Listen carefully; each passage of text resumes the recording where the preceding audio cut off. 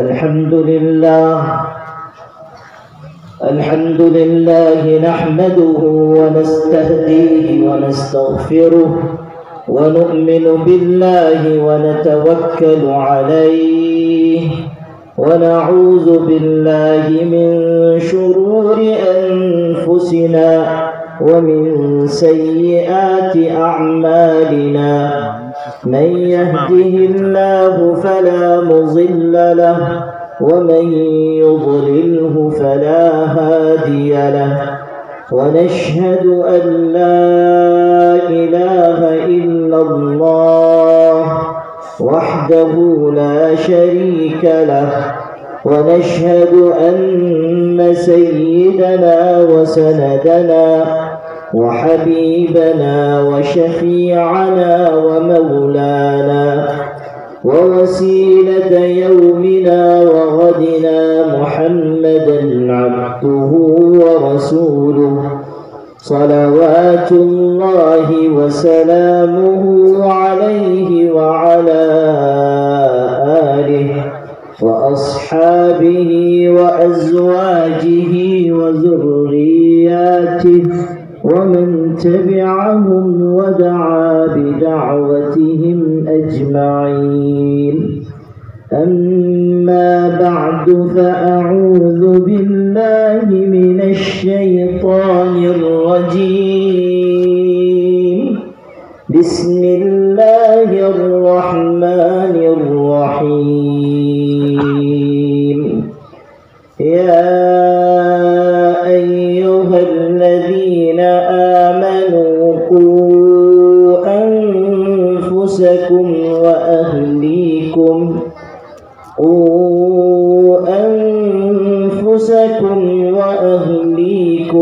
نارا وقودها الناس والحجارة عليها ملائكة غلاظ شداد لا يعصون الله ما أمرهم ويفعلون ما يؤمرون. وقال النبي المصطفى صلى الله عليه وسلم: كل أمتي يدخلون الجنة إلا من أبى. قيل: من يأبى يا رسول الله؟ قال: من أطاعني دخل الجنة ومن عصاني فقد أبى، أو كما قال عليه الصلاة والسلام. قابل احترام علماء کرام، بالخصوص ہمارے برادر عزیز مولانا بنیامین صاحب ناظم ریاض العلوم انواع، مولانا مفتی محمد عمران صاحب، جناب قاری عبدالحفیظ صاحب، دیگر حضرات علماء اور مہمانان عظام، مختلف علاقوں سے آئے ہوئے خدام دین اور آپ تمام قابل احترام بھائیوں، الحمدللہ آج یہاں اس مدرسے کا جلسہ ہو رہا ہے اور بہت دیر سے طلبہ عزیز کے پروگرام سے ہم لوگوں نے استفادہ کیا۔ اللہ تعالیٰ سارے عزیز بچوں کو اجر عظیم، خیر کثیر اور روشن مستقبل عطا فرمائے۔ آپ لوگوں نے ماشاءاللہ بچوں کی حوصلہ افزائی بھی کی، اس سے بھی دل خوش ہوا۔ جو بچے پروگرام پیش کرتے ہیں وہ بڑی محنت کے بعد پیش کرتے ہیں، اس لیے ان کی حوصلہ افزائی اور ان کو تیار کرنے والے علماء، معلمین، مدرسین کی حوصلہ افزائی ضروری ہے۔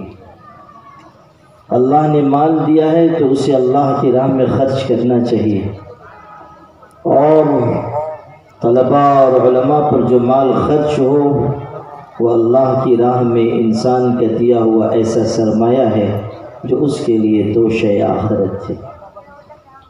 ہم لوگوں کو بہت سے جلسوں میں شرکت کا موقع ملتا ہے، بعض جگہوں پر یہ بھی دیکھنے کو ملتا ہے کہ بچے پروگرام پیش کر رہے ہیں اور بڑی محنت اور تیاری کے بعد تلاوت کر رہے ہیں یا حدیث شریف سنا رہے ہیں یا تقریر کر رہے ہیں، لیکن سننے والے ماشاءاللہ ایسے کنجوس بلکہ مہا کنجوس ہیں کہ کسی کی جیب سے روپے نہیں نکلتے۔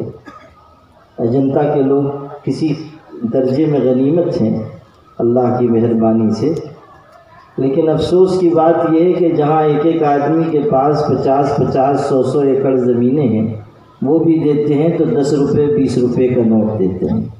تو اس سے یہ اندازہ لگانا مشکل نہیں ہے کہ آپ لوگوں کے ہاں شرافت ہے مگر معیاری نہیں ہے، تو اس کو ذرا معیاری شرافت میں تبدیل کیجیے۔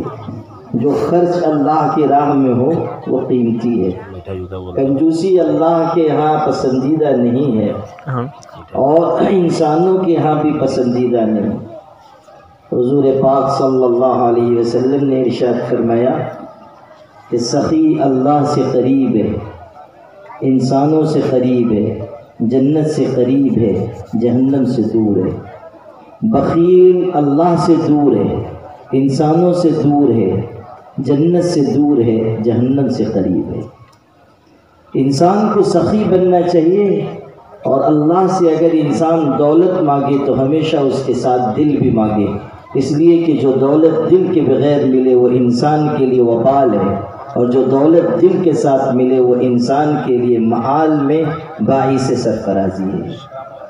میرے بھائیوں، آپ نے دیکھا ہوگا کہ جو انسان کنجوسی کرتا ہے اللہ کے حق کی ناپسندیدگی تو بعد میں ظاہر ہوگی، انسانوں کی ناپسندیدگی پہلے ظاہر ہوتی، کیونکہ آپ لوگ بہت دیر سے یہاں پروگرام سن رہے ہیں، اور مجھے خطرہ ہے کہ اگر میں نے بھی سنجیدہ گفتگو پہلے ہی شروع کر دی تو آپ لوگوں میں سے بہت سے اصحاب کہف کی روح کو ایصال ثواب کرنے لگ جائیں گے، اس لیے اس پر ایک قصہ سناتا ہوں، پھر بات آگے بڑھاؤں گا۔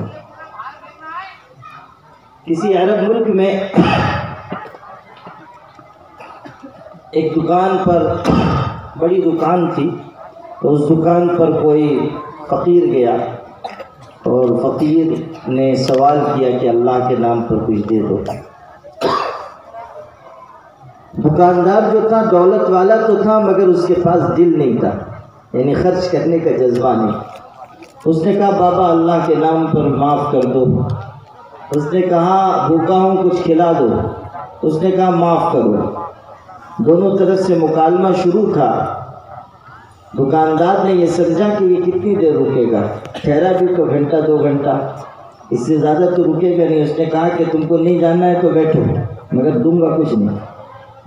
مگر فقیر بھی انٹرنیشنل قسم کا تھا، جو دہلی میں بیٹھے ہوئے ہیں، شاید ان کا کوئی بھتیجا بھانجا رہا ہوگا، تو وہ بھی بیٹھ گیا۔ سمجھ گئے نا اتنا؟ اجنتا کے لوگ سمجھدار ہیں کہ نہیں؟ ارے بھائی وہی جو فضیلت الشیخ بیٹھے ہوئے ہیں وہ انہی کا کوئی بھانجا بھتیجا رہا ہوگا، تو وہ بھی بیٹھ گیا۔ چمڑی بہت موٹی تھی، بیٹھ گیا، اور اس نے کہا کہ میں تو لے کے جاؤں گا۔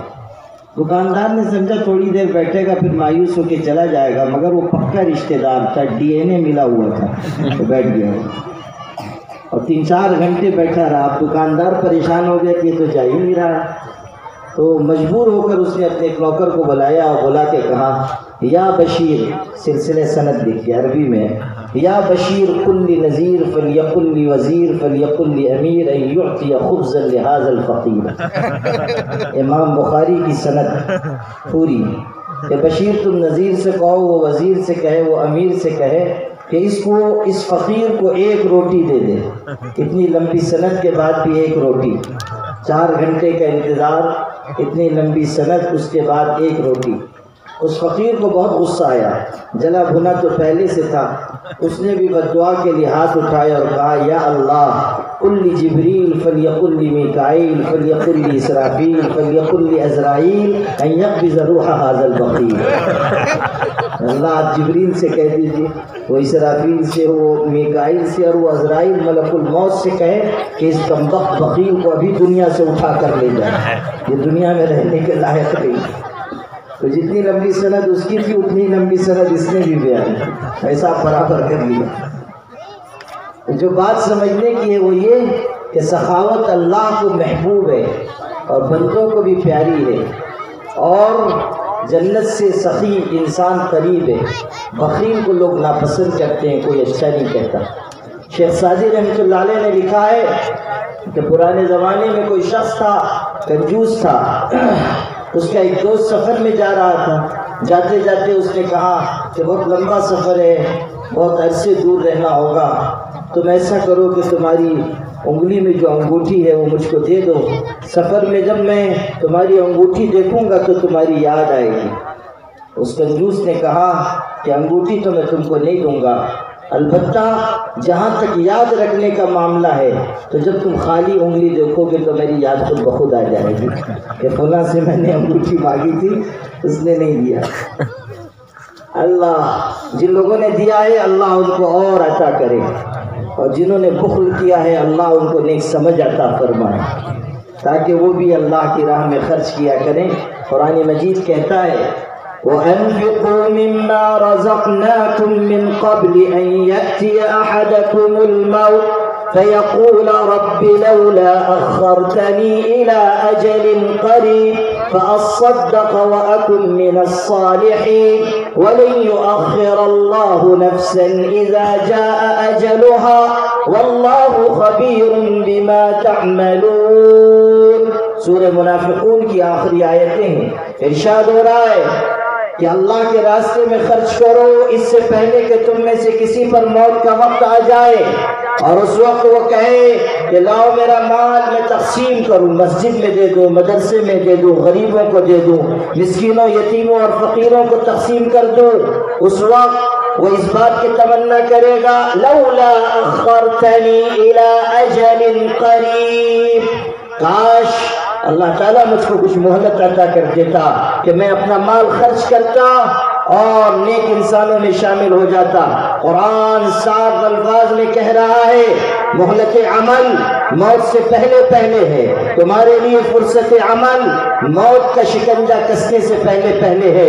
اگر تم کو کوئی عمل کرنا ہے، اپنی آخرت بنانی ہے، اپنی دنیا سنوارنا ہے، اللہ کو راضی کرنا ہے، اپنے دل کی دنیا کو آباد کرنا ہے، اپنے گھر والوں کو محفوظ بنانا ہے، اپنے مال کو، اپنے اسباب کو، اپنی جائیداد کو مضبوط کرنا ہے، تو تمہاری ذمہ داری یہ ہے کہ موت سے پہلے پہلے اچھا عمل اختیار کرو۔ خذوا من ممرکم لدار مقرکم، اپنی گزرگاہ سے اپنی آخری قیام گاہ کے لیے توشے سفر لے جاؤ، اور یہ احساس اپنے دل میں پیدا کرو کہ اذا اصبحت فلا تنتظر المساء واذا امسيت فلا تنتظر الصباح، جب صبح ہو جائے تو شام کا انتظار نہ کرو، اور جب شام آ جائے تو صبح کا انتظار نہ کرو۔ ہر صبح کو اپنی آخری صبح سمجھو اور ہر شام کو اپنی آخری شام تصور کرو، اور یہ بات کبھی نہ بھولو کہ قبر کے چوک پہ خالی ہیں انہیں مت بھولو، قبر کے چوک پہ خالی ہیں انہیں مت بھولو، جانے کب کون سی تصویر لگا دی جائے۔ یہ احساس ہم سب کے دل میں رہنا چاہیے کہ ہم آخرت کے مسافر ہیں، زندگی سے دور اور موت سے قریب ہوتے جا رہے ہیں، اور موت اچانک آ جانے والی ہے اور اپنی شکار کو تلاش کر لینے والی ہے۔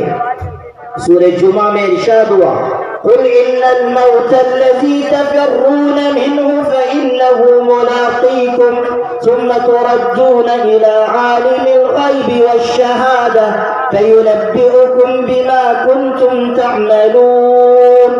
اے محبوب کائنات میں اعلان کر دو کہ وہ موت جس سے تم دور بھاگتے ہو، نفرت کرتے ہو، کراہت اور بیزاری کا اظہار کرتے ہو، وہ آ کر رہے گی، اور پھر تم لوٹائے جاؤ گے اس اللہ کی طرف جو کھلی اور چھپی ہر بات کو جاننے والا ہے۔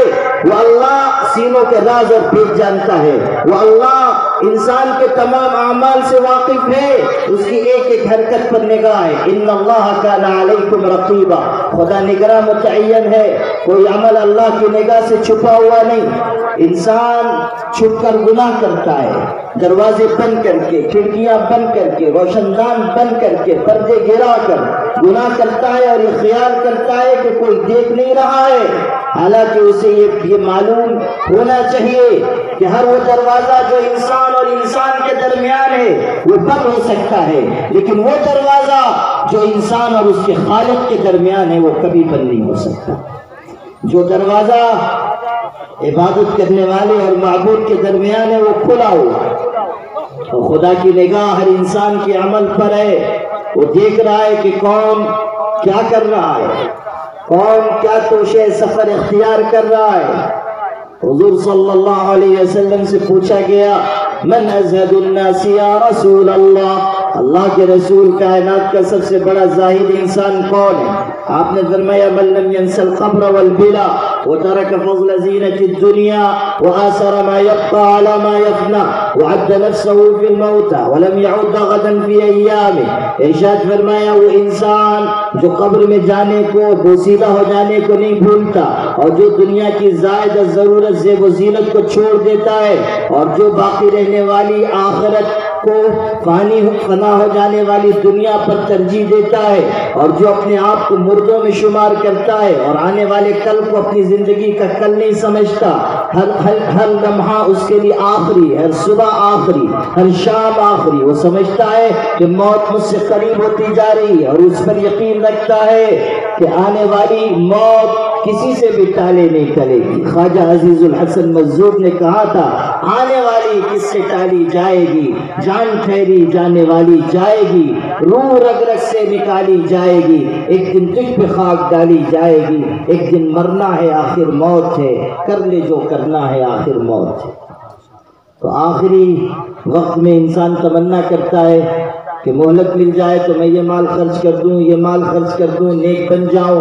قرآن کہہ رہا ہے لن يؤخر اللہ نفسا اذا جاء اجلها واللہ خبیر بما تعملون۔ مہلت بس موت تک ہے، موت کا وقت آ گیا تو نہ آگے بڑھے گا نہ پیچھے ہٹے گا۔ عالم کو اس کا علم، بادشاہ کو اس کی بادشاہت، وزیر کو اس کی وزارت، مشیر کو اس کا مشورہ، اور صاحب جائیداد کو اس کی جائیداد، صاحب تخت و تاج کو اس کا تاج و تخت بچانے والا نہیں۔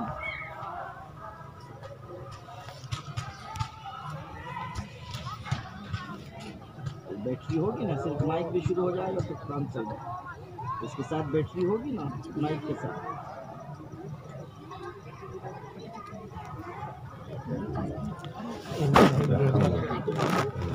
بٹے بٹے چالو کرو نا،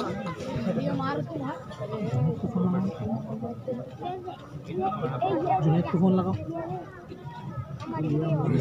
اس کے ساتھ جو بیٹری ہوگی مائک کے ساتھ بیٹری شروع کروا دیں گے کام چل جائے گا، روشنی نہ دیں۔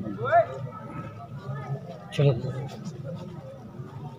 روزانہ جاتی ہے؟ ایسا نہیں ہے یار، کبھی ایسا کچھ طے نہیں ہے، جاتی بھی نہیں۔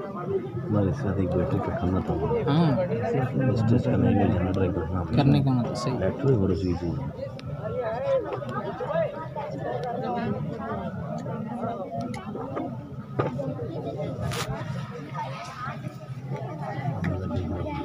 بھائی سب حضرات درود شریف پڑھیے، انتظام ہو رہا ہے جب تک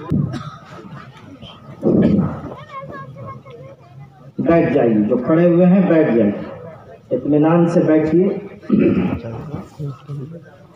میں جو بات عرض کر رہا تھا وہ یہ کہ انسان کو مہلت عمل موت سے پہلے اور اسی مدت میں اس کو اپنی آخرت کا توشہ تیار کرنا ہے۔ میرے بھائیو، اس حقیقت کو ہمیشہ یاد رکھو کہ موت جب آ جائے گی پھر انسان کے لیے مہلت عمل ختم ہو جائے گی، کیونکہ یہ مدرسے کا بھی جلسہ ہے اور اصلاح معاشرہ بھی اس کا عنوان ہے۔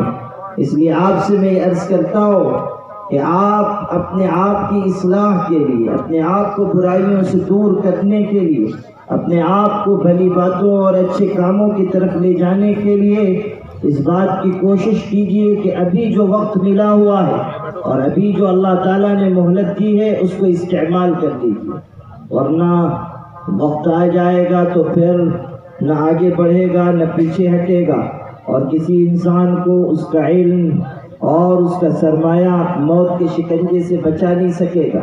کتنے لوگ تھے جو اچھے حشاش بشاش صحت مند تھے لیکن وبا کے دور میں دنیا سے رخصت ہو گئے. کتنے جوان تھے جن کی جوانیوں کو موت نے اپنا شکار بنا لیا. تو اس لیے میرے پیارے بھائیوں، آپ کے دل میں یہ احساس آنا چاہیے کہ مدارس مکاتب کی خدمت کے ساتھ ساتھ ہمیں اپنی اصلاح کی بھی فکر کرنی ہے، اپنی زندگی کو صحیح راستے پر لانے کی محنت کرنی ہے. نبی اکرم سرکار دو عالم صلی اللہ علیہ وسلم نے مومن کے لیے جو صفات بیان فرمائی، جو راستہ بیان کیا، وہ ہماری نگاہ میں رہنا چاہیے اور ہمیں اس بات کی کوشش کرنی چاہیے کہ اسی سانچے کے مطابق ہم اپنی زندگی کو ڈھالیں. آج صورتحال یہ ہے کہ حضور صلی اللہ علیہ وسلم کی جو تعلیمات تھیں، آپ کے جو ارشادات تھے، آپ کی بتائی ہوئی جو راہ تھی، اہل ایمان اس کو چھوڑ کر الگ راستوں پر جا رہے ہیں اور اس کا نتیجہ یہ نکل رہا ہے کہ ہم حالات کا شکار ہو رہے ہیں، ہم دشواریوں میں پڑ رہے ہیں. ابھی آپ یہاں بیٹھ کر جلسہ سن رہے ہیں، اسی وقت تری پورا میں مسلمانوں پر قیامت ٹوٹی ہوئی ہے، ان کے اوپر عرص حیات تنگ کیا جا رہا ہے، مسجدوں پر یلغار ہو رہی ہے، دکانوں کو جلایا جا رہا ہے، مسلمان ظلم و ستم کا نشانہ بنے ہوئے. یہ صورتحال ایسی ہے کہ اس کی کسک ہمارے دل میں محسوس ہونی چاہیے اور ساتھ ہی یہ احساس بھی ہونا چاہیے کہ جو مصیبتیں آ رہی ہیں وہ ہماری بدعملی کا نتیجہ ہے. قرآن کہتا ہے ظہر الفساد فی البر والبحر بما کسبت ایدی الناس لیذیقہم بعض الذی عملوا لعلہم یرجعون. یہ جو خشکی اور تری میں فساد پھیل رہا ہے وہ ہمارے کیے ہوئے کاموں کا نتیجہ ہے. اگر ہم ظلم اور ستم سہ رہے ہیں تو اس لیے کہ ہم نے غلط راستے اپنائے. آج حالت یہ ہے کہ ہزاروں ہزار مسلمان بچیاں اپنے دین و ایمان سے ہاتھ دھو رہی ہیں، ارتداد کے راستے پر جا رہی ہیں.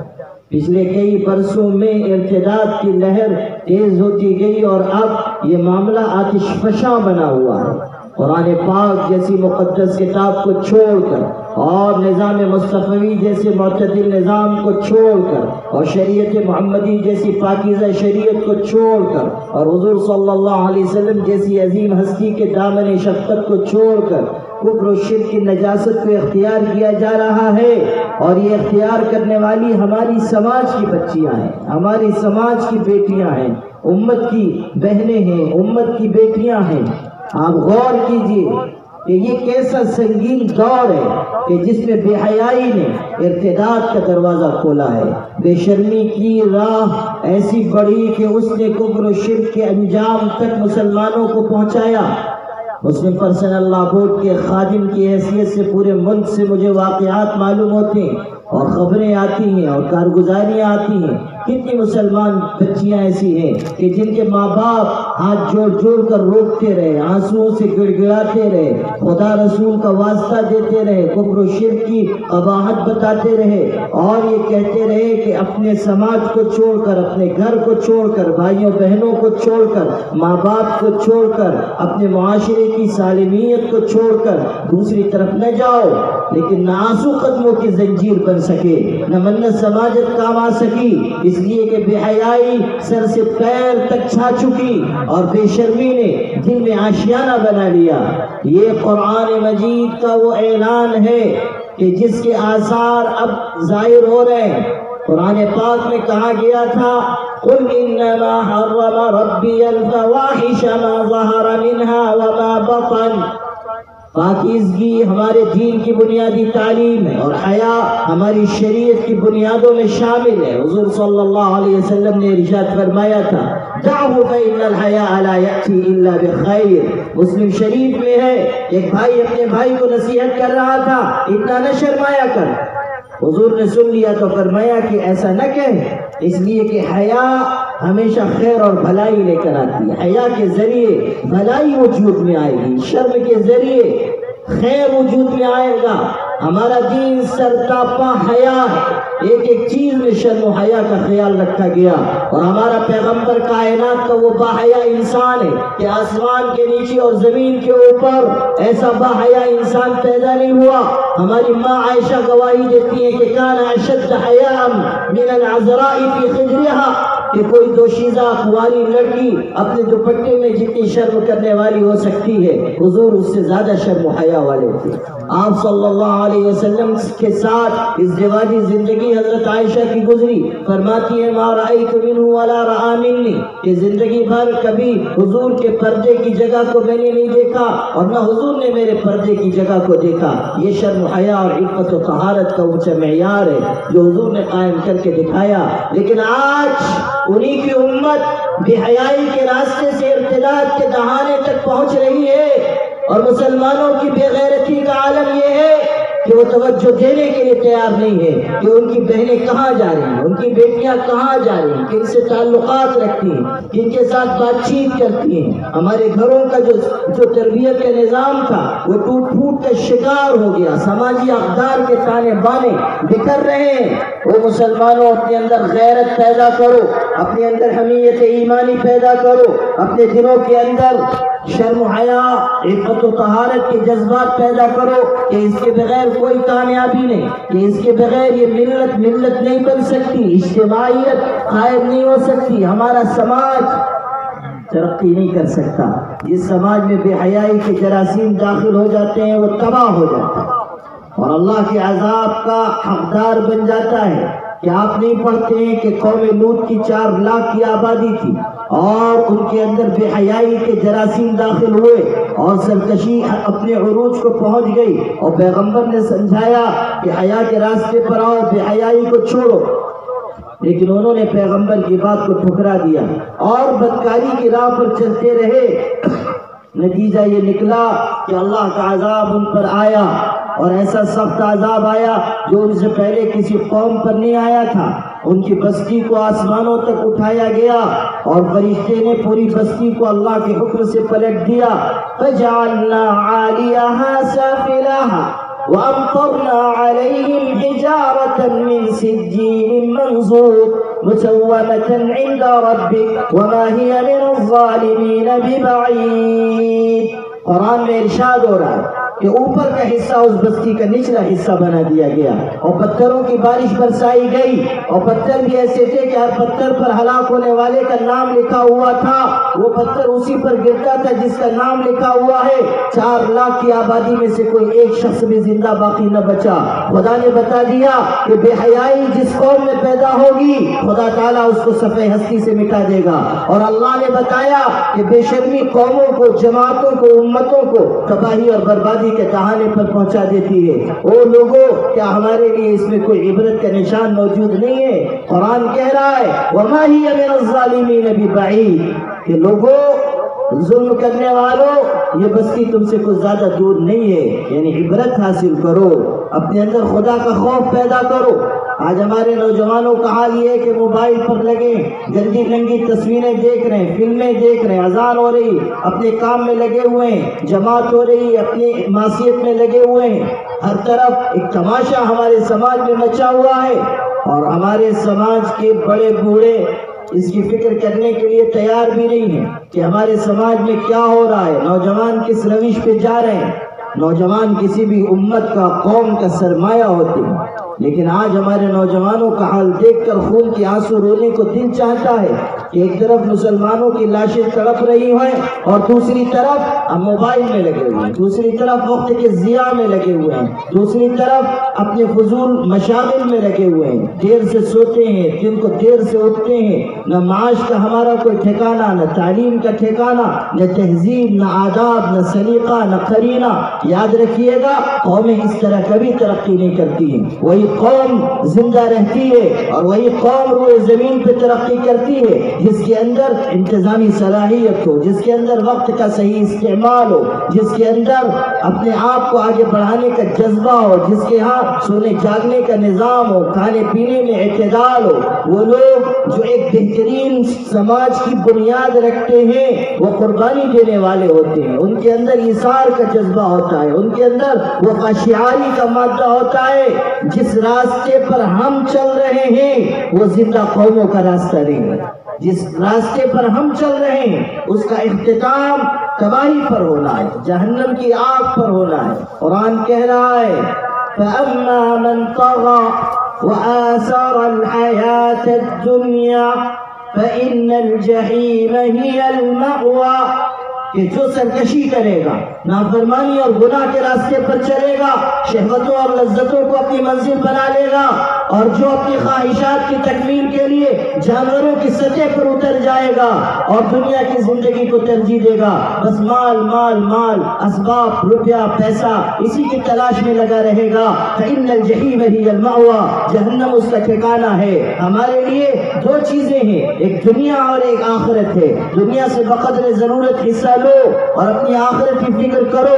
ہم دنیا کے اسباب جمع کرنے کے لیے نہیں آئے، ہماری کامیابی مال میں نہیں رکھی گئی۔ ہمارے آقا نے فرمایا تھا انی لا اخشى علیکم الفقر ولكن اخشى ان تبسط علیکم الدنیا فتنافسوها كما تنافسوها فتهلككم كما اهلكتكم۔ لوگوں، مجھے تم پر فقر و فاقے کا اندیشہ نہیں ہے، میں یہ نہیں سمجھتا کہ میرے بعد تم بھوکے مر جاؤ گے، مگر مجھ کو اس بات کا اندیشہ ہے کہ میرے بعد تم پر دنیا پھیلائی جائے گی، مال و اسباب کی کثرت ہوگی، اونچے اونچے محل بنائے جائیں گے، بہترین کاروں میں سفر ہوگا، مرغن غذائیں استعمال کی جائیں گی، ریشمی لباس تن پر ہوں گے، اور انسان کبر و غرور کا شکار ہو جائے گا، ایک دوسرے سے دنیا میں سبقت لے جانے کا مزاج پیدا ہوگا۔ جیسے پچھلی امتوں میں دنیا کے سلسلے میں ایک دوسرے سے آگے بڑھنے کا مزاج تھا، وہی تمہارے اندر پیدا ہوگا، اور نتیجہ یہ نکلے گا کہ فَتُهْلِكَكُمْ كَمَا أَهْلَكَتْهُمْ، یہ دنیا تم کو اسی طرح تباہ کر دے گی جس طرح اس نے تم سے پہلے کی امتوں کو تباہ کیا ہے۔ حضور صلی اللہ علیہ وسلم نے صاف بتا دیا ان لکل امت فتنہ وفتنۃ امتی المال، ہر امت کا ایک فتنہ ہوتا ہے، میری امت کا فتنہ مال ہے۔ آج دیکھ لیجئے مسلمانوں کی تباہی کا بنیادی سبب یہی مال کا فتنہ ہے۔ ہم کمانے کے لیے بے چین، دنیا بنانے کے لیے بے چین، تجوریاں بھرنے کے لیے بے چین، فرائض چھوٹ رہے ہیں، حرام کاموں کا ارتکاب ہو رہا ہے، سود لے رہے ہیں، بچت گٹ کی اسکیم چل رہی ہے، مسلمان عورتیں شامل ہو رہی ہیں، مسلمان بھی کاروبار بڑا کرنے کے لیے بینک سے سود لے رہا ہے، اچھے خاصے دیندار سودی لین دین میں مبتلا ہیں اور نماز بھی پڑھ رہے ہیں اور سمجھ رہے ہیں کہ جنت میں جائیں گے۔ باپ کی جنت نہیں ہے کہ چلے جاؤ گے، ضابطہ ہے الا ان سلعۃ اللہ غالیہ، الا ان سلعۃ اللہ الجنہ، کہ اللہ کا سودا مہنگا ہے، اللہ کا سودا جنت ہے۔ حفت الجنت بالمکارہ وحفت النار بالشہوات، جنت تو ناپسندیدہ چیزوں سے ڈھانپی گئی ہے، نفس پر جبر کرنا ہوگا، سود سے بچنا ہوگا، رشوت سے بچنا ہوگا، حرام کاموں سے بچنا ہوگا، بدکاری بے شرمی سے بچنا ہوگا، خیانت سے بچنا ہوگا، رات کی تنہائیوں میں اٹھ کر مسجد آنا ہوگا، سخت گرمیوں کے زمانے میں مسجد آنا ہوگا، کچھ ناپسندیدہ اور نفس پر بوجھ بننے والی چیزوں کو گوارا کرنا ہوگا۔ جب نفس کو دباؤ گے، کچلو گے، خواہشات کا خون کرو گے، ارمان کو اپنے قدموں تلے رونو گے، تب اللہ تعالیٰ کی مدد تمہارے ساتھ ہوگی اور تم جنت کے حقدار بنو گے۔ حفت الجنت بالمکارہ، جنت اتنی آسانی سے نہیں ملنے والی کہ سود بھی لیتے رہیے، رشوت بھی ہوتا ہے نا کہ مسلمان 25,000 روپے ماہانہ کا ملازم ہے، 50,000 روپے ماہانہ کا ملازم ہے، اور 4 سال نہیں گزرے کہ 50 لاکھ کی عمارت بن گئی۔ اب پوچھیے کہ بھائی یہ 50 لاکھ کا گھر کیسے بن گیا، آپ کی تنخواہ تو 25,000 ہے؟ تو بڑی معصوم مسکراہٹ کے ساتھ کہتے ہیں اوپر کی آمدنی ہے، اوپر کی آمدنی، لفظ بھی دیکھیے کیسا استعمال کرتے ہیں۔ بھیا اوپر کی آمدنی کا کیا مطلب ہے؟ رات کو حضرت جبریل دے کے جاتے ہیں؟ ارے صاحب کہو کہ رشوت لیتے ہیں، اتنا خوبصورت نام کہاں سے آپ استعمال کرتے ہیں؟ رشوت کو بہت سے علاقوں میں ملائی بھی کہتے ہیں، مسلمانوں نے بڑے خوبصورت نام بھی تراشے، ملائی کہتے ہیں کہ یہ ملائی سے بنی ہے، تو یہ ملائی جو ہے وہ قیامت کے دن دھلائی کا سبب بنے گی، ٹھکانے سے پیٹے جائیں گے، اس لیے کہ سارا حساب کتاب ہونا ہے۔ میرے والد صاحب رحمۃ اللہ علیہ کہتے تھے کہ آدمی بناتا ہے مال، آدمی بناتا ہے گھر حرام مال کے ذریعے، مشتبہ آمدنی کے ذریعے، بن گئی عمارت، بن گیا بنگلہ، اس کی پیشانی پہ لکھ دیتا ہے ھذا من فضل ربی، کہ یہ میرے پروردگار کے کرم کا نتیجہ ہے۔ اس کو دیکھ کر سب سے زیادہ غصہ جس کو آتا ہے وہ حضرت شیطان ہے۔ وہ کہتا ہے مردود، ساری تدبیریں تو میں نے بتائی تھی، سارے نسخے تو میں نے سکھائے تھے، سارے راستے تو میں نے دکھائے تھے، اور جب بلڈنگ بن گئی ہے تو لکھتا ہے ھذا من فضل ربی، یہ تو سب میرا کرشمہ ہے، میرا بتایا وہ راستہ ہے۔ تو شیطان کو بہت غصہ آتا ہے۔ غور کر لیجیے کہ آج صورتحال ہمارے سماج کی کیا ہے۔ اچھے خاصے لوگ سودی لین دین میں، اچھے خاصے لوگ رشوت کے لین دین میں، مال کمانے کے لیے رشتے بلائے جا رہے ہیں، مال جمع کرنے کے لیے انسان معاشرت کو، معاملات کو برباد کر رہا ہے، دوسروں کی زمینوں پہ قبضہ کر رہا ہے، دوسروں کے مال پہ قبضہ کر رہا ہے، بھائی اپنی بہنوں کی وراثت کا حصہ دبا لے رہا ہے، حرام ذریعے سے مال کمایا جاتا ہے اور پھر شوق پہ اڑایا جاتا ہے۔ شادی بیاہ کی تقریبات میں دیکھ لیجئے کتنا خرچ ہوتا ہے، ایک ایک شادی لاکھوں لاکھ روپے میں ہو رہی ہے۔ یہ کیا تماشا ہے ہمارے سماج کا کہ نکاح جیسا سادہ اور آسان نظام، جس میں کہیں کوئی پیچیدگی نہیں تھی، کوئی کمی کجی نہیں تھی، جس میں کہیں کوئی اسراف کی گنجائش نہیں تھی، ہم نے اس کو فضول خرچی کا ذریعہ بنا لیا۔ ارمان پورے ہو رہے ہیں، شوق پورے ہو رہے ہیں، تمنائیں پوری ہو رہی، لاکھوں لاکھ روپے خرچ کیے جا رہے ہیں۔ ہمارے حضرت رحمۃ اللہ علیہ ایک جگہ نکاح پڑھانے کے لیے گئے تو امیر شخص کا بیٹا تھا، وہ آیا تو جو گھڑی اس نے پہن رکھی تھی وہ بہت ہی زرق برق چمک دمک والی، حضرت کو یہ احساس ہوا کہ قیمتی گھڑی ہے۔ مولوی تھے، مولوی کا احساس ذرا کمی ہوتا ہے نا، بھائی مولوی بہت بھی سوچتا ہے تو تھوڑا ہی سوچتا ہے۔ ابھی وہ بچہ سنا رہا تھا نا کہ مولوی کی تنخواہ 2000 3000 4000 5000، اور واقعی سچائی ہے۔ آپ سمجھیں گے کہ 3000 تو بہت کم ہو گیا، ایسی بات نہیں ہے۔ میں ایک جگہ گیا، ایک علاقے میں، وہاں ہمارے ساتھ پڑھا ہوا ایک ساتھی، میں نے پتہ کیا کہ بھئی ہمارا ایک ساتھی یہاں کا تھا، اسی مہاراشٹر کا قصہ سنا رہا۔ وہ آیا بیچارہ ملنے کے لیے، تو میں نے پوچھا 3-4 سال پہلے کا قصہ ہوگا یا اس سے پہلے کا، میں نے پوچھا کیا کر رہے ہو؟ تو کہنے لگا فلاں مسجد میں امامت کرتا ہوں، گاؤں کی مسجد میں۔ میں نے کہا کیا تنخواہ ملتی ہے؟ تو کہنے لگے 1500 روپے ماہانہ، وہ بھی 3 مہینے سے غائب۔ آپ غور کیجیے مولویوں کے ساتھ ہم نے کیا سلوک کیا ہے، اور ساری ملامت کا ٹوکرا لا کے پھر مولوی ہی کے سر رکھ دیتے ہیں۔ جہاں مولوی نے ذرا اچھا کپڑا پہن لیا، کوئی نہ کوئی ضرور ٹوکتا ہے کہ مولانا کس نے دیا ہے، ہم وقت کے ہم اپنے پیسے سے کپڑا نہیں بنوا سکتے۔ مولوی نے کہیں گاڑی لے لی تو قیامت برپا ہو جائے گی کہ ضرور چندے میں کچھ گڑبڑ ہوئی ہے، اسی لیے گاڑی آئی۔ جی ہاں، مسلمانوں میں ماشاءاللہ بدگمانی کرنے والے ہول سیل میں ملتے ہیں، ہول سیل میں ملتے ہیں، کوئی تحقیق نہیں، کسی طرح کی کوئی پوچھ پاچھ نہیں، بس سیدھا فتویٰ دائر کرتے ہیں۔ ہم لوگ مدرسے میں پڑھتے ہیں 10-12 سال 15 سال تک کہیں جا کے مولوی مفتی بنتے ہیں، اور حد ہو گئی کہ ہمارا مسلمان بھائی دکان پہ بیٹھے بیٹھے 2-3 سال میں پکا مفتی بن جاتا ہے، تجارت کر رہا ہے اور ہو گیا مفتی، اور ماشاءاللہ فتویٰ بھی شیخ الاسلام ابن تیمیہ والا ٹھکانے سے فتویٰ صادر کرتا ہے۔ یہ ایسا ہے تو ضرور ایسا ہے۔ اور افسوس کی بات عرض کروں کہ بدگمانی کرنے میں اللہ معاف کرے عام لوگ ہی قصوروار ہیں، ایسا نہیں ہے، اللہ معاف کرے۔ ہمارے بعض مولوی بھی اپنے دوسرے مولوی بھائیوں کی جڑ کاٹنے میں کسی سے پیچھے نہیں۔ میرے والد صاحب رحمۃ اللہ علیہ یہ بھی فرمایا کرتے تھے کہ عالم کو عموماً تکلیف جو پہنچتی ہے وہ عامی سے کم پہنچتی ہے، دوسرے عالم سے زیادہ پہنچتی ہے۔ عالم کی جڑ کاٹتا ہے، مدرسے کی جڑ کاٹتا ہے۔ عجیب صورتحال ہے۔ وہ ایک شعر بھی سناتے تھے، اس کو اچھی طرح یاد ہے کہ وہ شعر بھی سناتے تھے، فرماتے تھے کہ کلہاڑی میں جو لکڑی کا دستہ نہ ہوتا تو لکڑی کے کٹنے کا رستہ نہ ہوتا۔ کلہاڑی میں جو لکڑی کا دستہ نہ ہوتا تو لکڑی کے کٹنے کا رستہ نہ ہوتا۔ لکڑی کو لوہا نہیں کاٹ سکتا ہے جب تک کہ لکڑی کی ہم جنس لکڑی اس کے ساتھ نہ مل جائے۔ تو عالم کے خلاف، حالانکہ یہ مزاج کسی طرح مناسب نہیں ہے، ہمارے اندر سلامتی آنی چاہیے، اعتدال آنا چاہیے، محبت آنی چاہیے، اخوت کے جذبات آنے چاہیے۔ ایک عالم دوسرے عالم کا رفیق بن جائے، ایک مدرسہ دوسرے مدرسے کا معاون بن جائے، آپس میں اخوتیں ہوں، کونوا عباد اللہ اخوانا، اللہ کے بندے آپس میں بھائی بھائی بن کر رہو۔ اگر کہیں کوئی بات ہو رہی ہے تو بہترین تعبیر کا سہارا لیا جائے، کیونکہ ہمارے علماء بھی یہاں ہیں، بات نکلی ہے تو یہ عرض کرتا چلوں۔ ابھی ہم لوگ گئے تھے جامع مسجد، یہاں کی تاریخی جامع مسجد دیکھی، حضرت اورنگزیب عالمگیر رحمۃ اللہ علیہ کے زمانے کی مسجد ہے۔ حضرت اورنگزیب عالمگیر رحمۃ اللہ علیہ ولی کامل تھے، بادشاہ وقت تھے، 55 سال تک انہوں نے حکمرانی کی ہے، اور زہد و تقوی اس عالم کا، زہد و تقوی کا یہ عالم تھا کہ انتقال سے پہلے وصیت فرمائی کہ میں نے ٹوپیاں بن بن کر پیسہ اکٹھا کیا ہے، فلاں طاق میں رکھا ہوا ہے، میرا انتقال ہو جائے گا تو انہی پیسوں سے میرا کفن دفن کیا جائے۔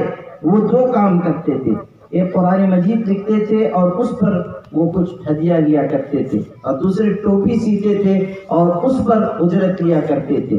حضرت اورنگزیب کی وصیت میں ہے کہ میں نے جو پیسہ ٹوپیاں بن کر جمع کیا ہے اسی سے میرا کفن دفن کیا جائے، قرآن مجید کے ذریعے جو میں نے ہدیہ لیا ہے اس سے بھی کفن دفن نہ کیا جائے، اس لیے کہ اجرت علی کتابت القرآن میں فقہا کا اختلاف ہے، اس لیے میں اپنے کفن دفن پر وہ رقم نہیں خرچ کرنا چاہتا۔ غور کیجئے کہ کتنی باریک بات اور احتیاط کے کیا عالم تھا حضرت اورنگزیب عالمگیر رحمۃ اللہ علیہ کی احتیاط۔ اب سنیے، ان کو اور اولیاء کرام سے، بزرگوں سے بڑی محبت تھی۔ انہوں نے اپنے زمانے کے بہت بڑے بزرگ حضرت شاہ علم اللہ جو تکیہ رائے بریلی میں ہوتے تھے، ان کی خدمت میں نذرانہ بھیجا اور اپنے ایک خاص خادم کے ذریعے بھیجا۔ حضرت کی خدمت میں پیش کیا گیا، حضرت نے رد کر دیا، فرمایا ہم نہیں قبول کریں۔ حضرت اورنگزیب کو خبر دی گئی، فرمایا اصرار نہ کرو، بلکہ حضرت نے نہیں لیا ہے تو وہ دوسرے فلاں عالم بزرگ ہیں ان کی خدمت میں پیش کر دو، اور امانت کی بات یہ ہے کہ بتا کر دینا کہ حضرت کو پیش کیا گیا تھا، انہوں نے رد کر دیا ہے تو آپ کو پیش کیا گیا، یہ بتا کر پیش کیا گیا کہ حضرت نے رد کر دیا تو آپ کی خدمت۔ انہوں نے کہا کہ حضرت نے اگر رد کیا ہے تو ٹھیک ہی کیا، وہ تو قلندر آدمی ہیں اور درویش ہیں، ہم تو دنیا دار ہیں، لاؤ ہم قبول کرتے ہیں۔ حالانکہ وہ بھی بہت بڑے عالم اور بزرگ تھے، لیکن بر بنا تواضع کہا کہ لاؤ ہم تو دنیا دار ہیں، ہم قبول کر لیتے۔ انہوں نے لے لیا۔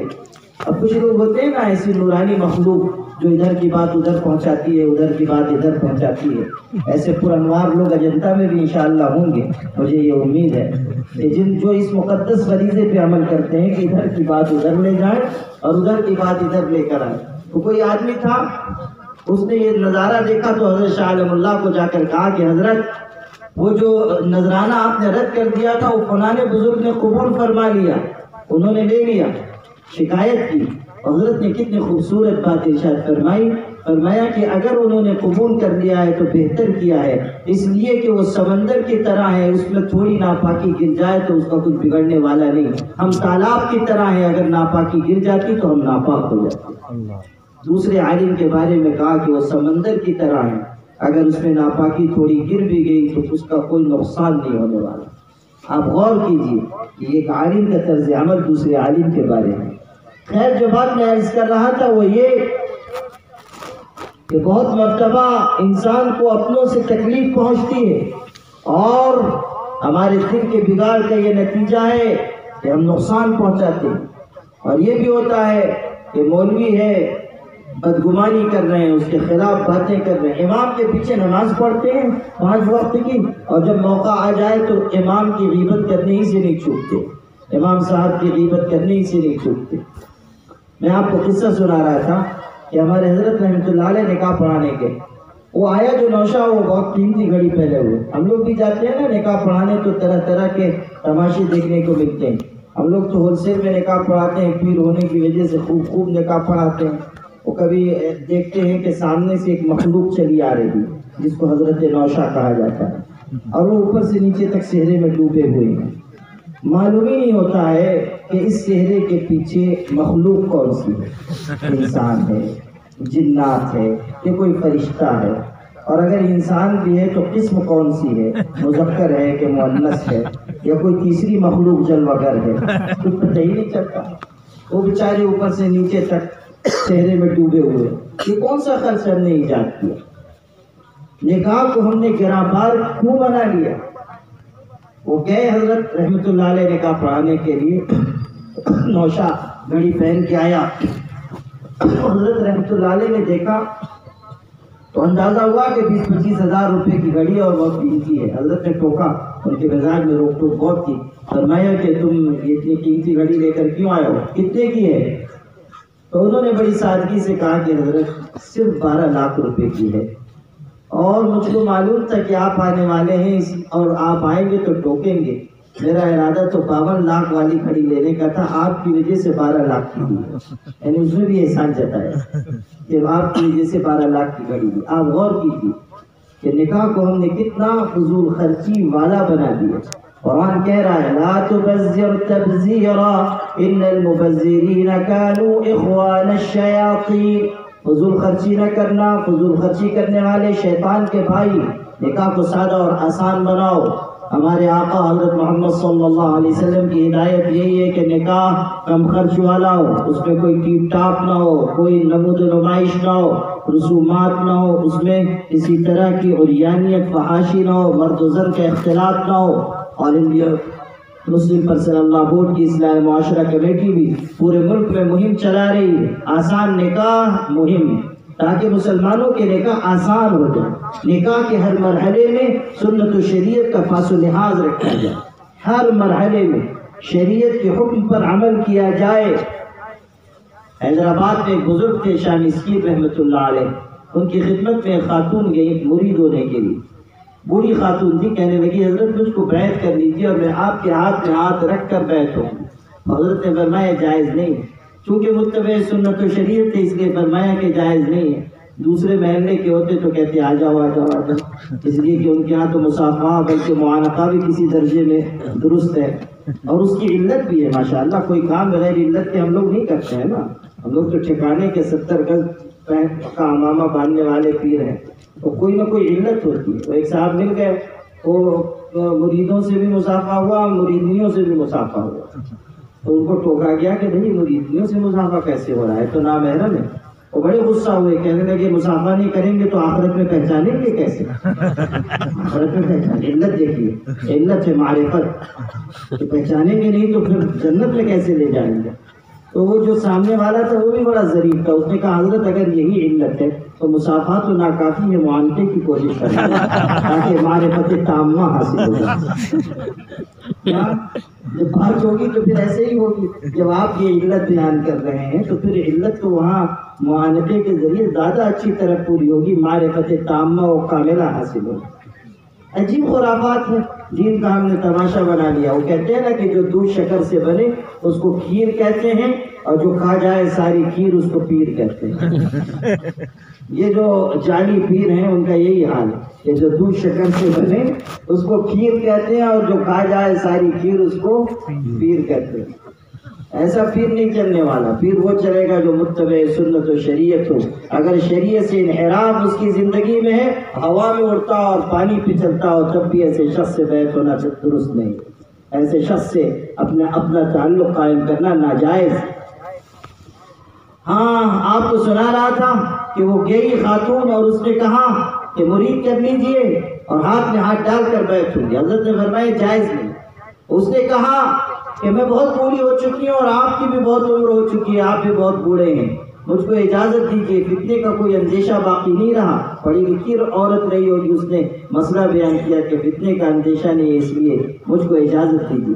تو حضرت نے کتنا خوبصورت جواب دیا، ارشاد فرمایا کہ یہ سچ ہے کہ تو بھی بوڑھی اور میں بھی بوڑھا ہوں، مگر یاد رکھ اللہ کی شریعت کل بھی جوان تھی اور آج بھی جوان ہے۔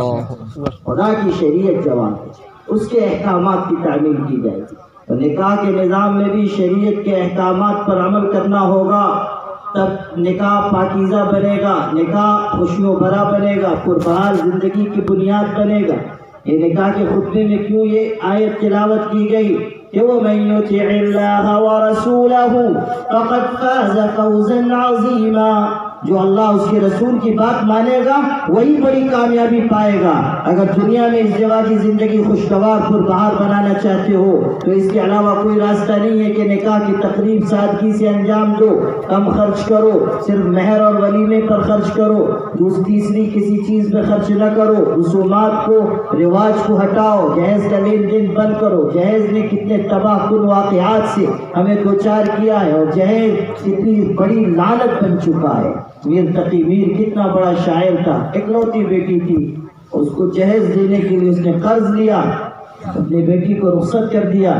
کچھ دن کے بعد اس خاتون کو، اس بچی کو معلوم ہوا کہ میرے باپ مقروض ہیں اور ان کے اوپر بوجھ ہے، اور وہ آج کل پریشان رہتے ہیں، قرض والے ستاتے ہیں، اور میرے جہیز کی وجہ سے انہوں نے قرض لیا ہے۔ نازک دل ہوتی ہیں بیٹیاں، وہ بیچاری پریشان ہو گئی، اندر ہی اندر صدمے سے پھولنے لگی، یہاں تک کہ بیمار ہوئی، اور چند دن کے بعد صدمے کی شدت سے اس کا انتقال ہو گیا۔ اب جوان جہان بیٹی کا جنازہ شاعر کے دروازے پر آیا ہے، وہی جس کو لباس عروسی میں رخصت کیا تھا، کفن میں لپٹی ہوئی واپس آئی ہے اس کی لاش۔ شاعر باہر نکلا اور اس نے کفن الٹا، اپنی بیٹی کا چہرہ دیکھا، اور اس کے بعد کیسا پردرد شعر کہا، کہتا ہے اب آیا ہے خیال اے آرام جاں اسنا مرادی میں، اب آیا ہے خیال اے آرام جاں اسنا مرادی میں، کفن دینا تجھے بھولے تھے ہم اسباب شادی میں۔ یعنی ایک چیز باقی رہ گئی تھی جو ہم تیرے جہیز میں نہ دے سکے، کفن بھی دے کر تجھ کو رخصت کر دیتے، کفن دینا تجھے بھولے تھے ہم اسباب شادی میں۔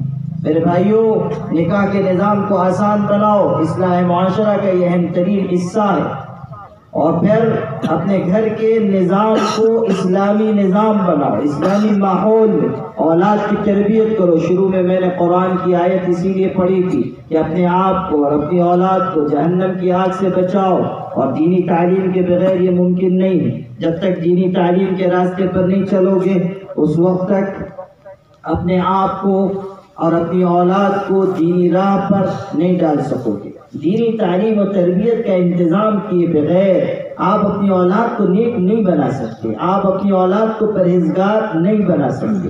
اس کے لیے یہی مکاتب ہے، مدارس ہیں، یہاں اپنے بچوں کو بھیجو کہ بچے آئیں، یہاں پروان چڑھیں، بہترین تعلیم پائیں، بہترین تربیت پائیں، اخلاق ان کے اندر آئیں، اور ان کے اندر بہترین صفات پیدا ہوں۔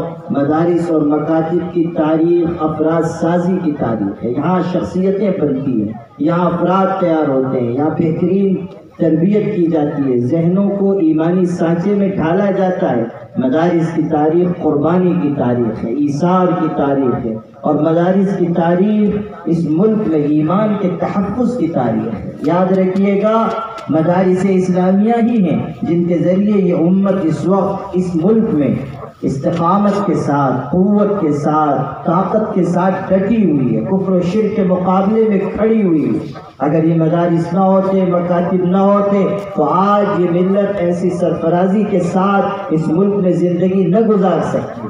اس لیے مدارس اور مکاتب کو اپنا سرمایہ سمجھیے اور اس کی پوری خدمت کیجیے، ہر طرح تعاون کیجیے۔ اللہ نے دیا ہے، مدرسے پہ لگائیے، مسجد پر لگائیے، مکاتب پر خرچ کیجیے، طلبہ پر خرچ کیجیے، علماء پر خرچ کیجیے، اور اپنے آپ کو سعادت مند سمجھیے اگر آپ کا مال مدرسے پہ خرچ ہو، اگر آپ کا مال مکتب پر خرچ ہو، اگر آپ کا مال کسی طالب علم کے حافظ بنانے پر خرچ ہو، اگر آپ کا مال کسی عالم دین کی کفالت پر خرچ ہو۔ حضرت سفیان ثوری رحمۃ اللہ علیہ کے بارے میں ہے کہ ان کے زمانے کا ایک امیر شخص جو دیندار تھا، وہ ہر مہینے حضرت کو ہدیہ بھیجتا تھا، اتنی رقم دیتا تھا کہ جس سے آسانی کے ساتھ ان کا گزر بسر ہو سکے، اور وہ کہتا تھا کہ حضرت آپ دین کی خدمت کیجئے، بس آپ اللہ رسول کی باتیں کیجئے، آپ حلقہ درس قائم کیجئے، آپ دنیا کی طرف سے بے فکر ہو جائیے، جتنی ضرورت ہوگی میں پیش کر دیا کروں گا تاکہ مجھے اجر و ثواب ملے، میں کوئی احسان نہیں جتاؤں گا،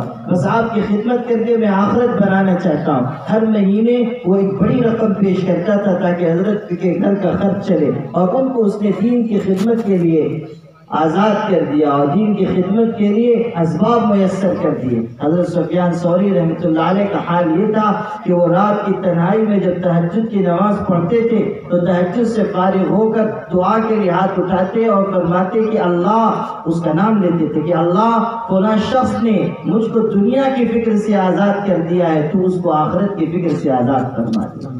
دعا مانگتے۔ جب آپ علماء کی خدمت کریں گے تو ان کے دینی کاموں میں آپ کا حصہ ہوگا۔ جب کسی عالم دین پر آپ کا مال خرچ ہوگا تو اللہ تعالیٰ آپ کو خرچ کرنے کا بھی اجر عطا کرے گا، اور جو دینی کام وہ کریں گے اس میں بھی آپ کا حصہ ہوگا، اس میں بھی اجر و ثواب ملے گا۔ امام غزالی نے احیاء علوم الدین میں لکھا ہے کہ ایک عام شخص پر خرچ کرنے میں اکیرا اجر ہے، یعنی اکیلا اجر ہے، اور عالم دین پر خرچ کرنے میں دوہرا اجر ہے۔ ایک تو انفاق کا اجر اور دوسرے عالم دین کی خدمت کرنے کا اجر، کہ جتنا دینی کام وہ کرے گا اس میں اس کی شرکت ہوگی، جتنا دینی کام وہ انجام دے گا اس کے اجر و ثواب میں یہ بھی حصے دار بنے گا۔ اس لیے میرے بھائیوں، اپنا مال طلباء پر، علماء پر خرچ کرو، اس سلسلے میں کنجوسی اختیار نہ کرو۔ بہت ساری آفتیں، مصیبتیں خرچ کرنے سے اللہ تعالیٰ دور کر دیتا ہے۔ حضور صلی اللہ علیہ وسلم نے ارشاد فرمایا، حصنوا اموالکم بالزکاة، داؤوا مرضاکم بالصدقہ، واستقبلوا امواج البلاء بالدعاء۔ اپنے مال کو زکوٰۃ کے ذریعے محفوظ بناؤ، اپنے مریضوں کا صدقے کے ذریعے علاج کرو، اور آنے والی بلا کی موجوں کا دعا کے ذریعے استقبال کرو۔ دعا مصیبتوں کو ٹالے گی، اور صدقہ پریشانیوں کا علاج ہے، اور زکوٰۃ دینا مال کو محفوظ بنانا ہے۔ جتنا ہم خرچ کریں گے اور جتنے اخلاص سے خرچ کریں گے اللہ اتنی عافیت دے گا، اور جتنا روک روک کر رکھیں گے اللہ بھی روک روک کر دے گا اور مصیبتیں آ جائیں گی۔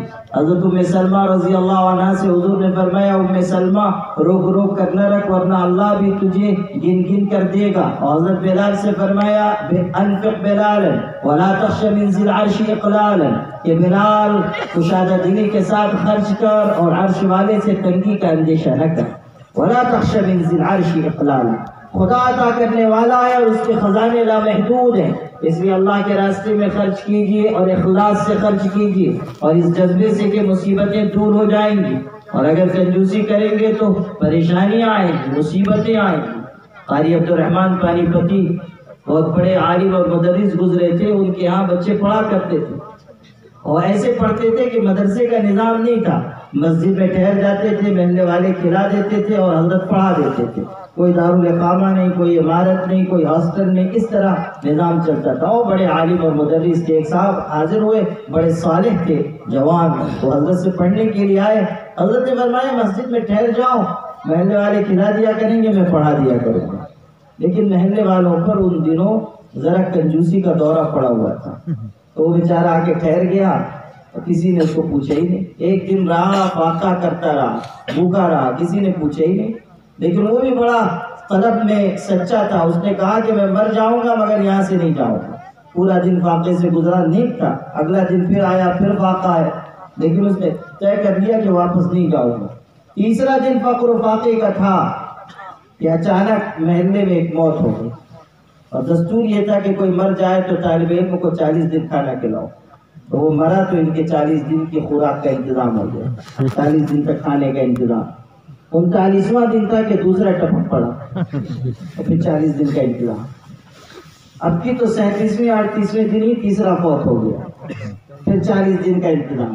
جب تیسرا مرا تو حضرت قاری عبد الرحمن صاحب نے لوگوں کو مسجد میں جمع کیا، محلے والوں کو، ارشاد فرمایا کہ دیکھو سیدھے سیدھے اس طالب علم کا کھانا مقرر کر دو ورنہ ایک ایک کر کے یہ سارے محلے کو کھا جائے، ایک ایک کر کے یہ پورے محلے کو کھا جائے۔ اس لیے میرے بھائیوں، اللہ کے راستے میں اس جذبے کے ساتھ خرچ کرو کہ اللہ نوازے گا اور خوب عطا کرے گا اور مصیبتیں دور ہوں گی۔ یہ مجھ کو پرچی دی گئی ہے، اس میں لکھا ہے کہ مسجد سعید کا تعمیری کام جاری اور امام صاحب کے کمرے کا بھی کام چل رہا ہے۔ اب اگر آپ حضرات بھی اس میں شرکت کریں گے تو انشاءاللہ آپ کو اجر ملے گا، نہیں شرکت کریں گے تو اللہ تعالیٰ آپ کو محفوظ رکھے گا۔ میں وہ نہیں کہنا چاہتا ہوں جو حضرت قاری عبد الرحمن صاحب نے فرمایا تھا لیکن آپ سب حضرات کی ذمہ داری ہے کہ مسجد کے کام میں بڑھ چڑھ کر حصہ لیجیے، اور امام صاحب کا حجرہ بھی بن رہا ہے، اس میں بھی شریک رہیں، انشاءاللہ آپ کو اجر ملے گا۔ مسجد کی چھوٹی سے چھوٹی خدمت بھی اللہ کو بہت محبوب ہے۔ مسجد نبوی جس وقت بن رہی تھی، حضور صلی اللہ علیہ وسلم اینٹیں پتھر اٹھا کر لاتے تھے، اور صحابہ بھی حضور صلی اللہ علیہ وسلم وہ جب لوگوں نے صحابہ نے دیکھا کہ اینٹیں اٹھا کر لا رہے ہیں، کہنے لگے حضرت مت زحمت کیجیے، ہم آپ کی طرف سے مسجد بنا لیں گے۔ تو آپ نے فرمایا جس طرح تم اللہ کے اجر کے محتاج ہو، میں بھی اللہ کے اجر کا محتاج ہوں۔ اور حضرت عمار ابن یاسر دوسروں سے زیادہ کام کر رہے تھے، دو پتھر اٹھا کر لاتے تھے۔ تو حضرت ابو سعید خدری کہتے ہیں کہ حضور ان کو اپنے قریب بلاتے تھے اور اپنے چہرے سے اپنے کپڑے سے دامن سے ان کے چہرے کی گد صاف کرتے تھے، اور فرماتے تھے عمار تقتلک فئۃ باغیہ، کہ عمار تجھ کو ایک باغی جماعت قتل کرے گی۔ میرے والد صاحب رحمۃ اللہ علیہ فرماتے تھے کہ حضور نے جو اکرام کیا حضرت عمار ابن یاسر کا، وہ مسجد کی خدمت میں زیادہ حصہ لینے کی بنیاد پر۔ اگر آج حضور کائنات میں جب وہ افروز ہوتے تو وہ لوگ جو دین کی زیادہ خدمت کرتے ہیں اور مسجد کی تعمیر میں اور مسجد کے مختلف کاموں میں زیادہ حصہ لیتے ہیں، حضور صلی اللہ علیہ وسلم ان کا بھی اکرام فرماتے، ان کو بھی آپ اعزاز بخشتے۔ اس لیے میرے بھائیوں اس کام میں شرکت کیجیے۔ مدرسہ ماشاءاللہ مبارک ہے اور یہاں خدمت انجام دے رہا ہے، اس کا بھی تعاون فرمائیں۔ اللہ تعالیٰ ہم سب کو اجر عظیم عطا فرمائے۔ وآخر دعوانا الحمدللہ رب العالمین۔ اب کیا ہے میرے بھائی، یہاں بہت محبت نامے مل رہے ہیں، کیا بات؟ ہاں بھائی، یہاں حفظ کلاس شروع ہوئی ہے، اس میں اپنے بچوں کو شریک کیجیے۔ ابھی میں نے عرض کیا کہ دینی تعلیم کے بغیر آپ کے بچے نیک نہیں بنیں گے، اس لیے اپنے بچوں کو حافظ بنائیں۔ شیخ الحدیث مولانا زکریا صاحب رحمۃ اللہ علیہ فرماتے تھے کہ یا تو محنت کر کے خود حافظ بن جاؤ، یا اپنے اولاد میں سے کسی کو حافظ بناؤ، یا کسی حافظ بننے والے کا خرچ برداشت کرو، تاکہ قیامت کے دن تمہاری سفارش کا انتظام ہو۔ اس لیے میرے بھائیوں اپنی اولاد کو حافظ قرآن بنانے کی محنت کیجیے، کوشش کیجیے۔ حفظ کلاس شروع ہو رہی ہے، اس میں حصہ لیجیے۔ اللہ تعالی ہم سب کو اس کی توفیق عطا فرمائے۔ وآخر دعوانا الحمدللہ۔